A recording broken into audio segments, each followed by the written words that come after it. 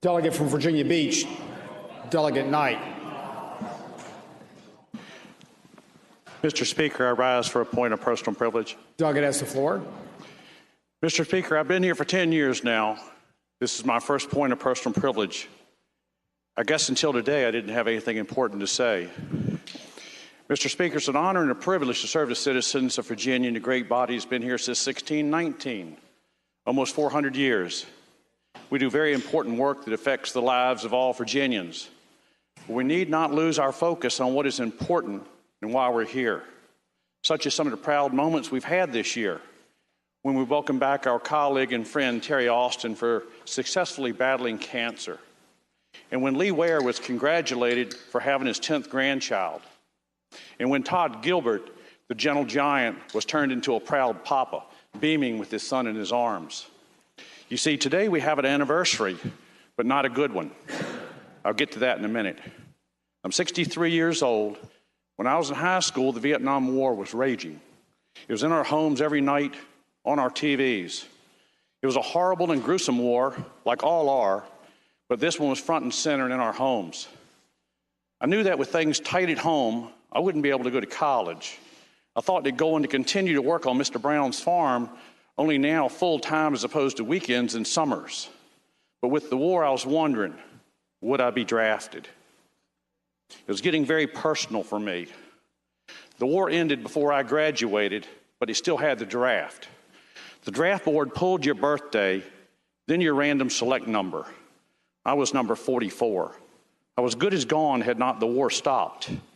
I didn't know how my life would have turned out had I gone to Vietnam and not to work on the farm. I might not be here. Didn't work out so well for a good friend of mine. He was a few years older than me. He was a normal guy with ambitions. He got married, had an apartment, had a good job. Life was good. Then his life got turned upside down. He was drafted into the Army. He went to basic training and hoped and prayed he wouldn't be shipped to war. But he was. Vietnam. With the unbearable heat, the jungle, the mud, and the leeches, the ever-constant leeches gnawing on your body. For weeks and weeks, all he saw was death and destruction. Every day was the same, even Christmas Day, when 5 of his friends got blown up. All he could do was cry, say, "Why me, Lord?" All he wanted was to be home with his wife and be normal again. He didn't want to be here, but his country said they needed him in this ill-conceived war. One day he was helicoptered into the jungle, running down a trail, and 2 of his soldiers were killed by a booby trap.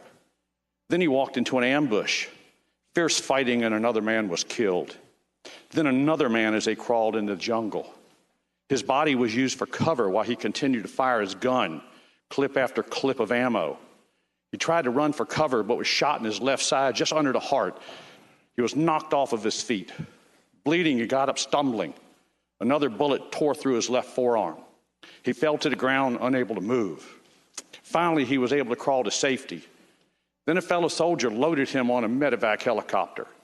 When he finally arrived at the field hospital, he was in bad shape. Medication helped dull the pain. The soldiers in this field hospital were in bad shape also. 70% of them to never come home. He stayed 16 weeks in the Philippines hospital, 12 weeks in the hospital in Hawaii, malaria, 107-degree fever, numerous surgeries, malaria again, 6 weeks of quarantine. A blood clot passed through his heart. Finally, after all the time and horrible conditions of war, he was going home to his wife. Never wanting to go to war, he was returning to the States. Ohio was his first stop before he was able to go home.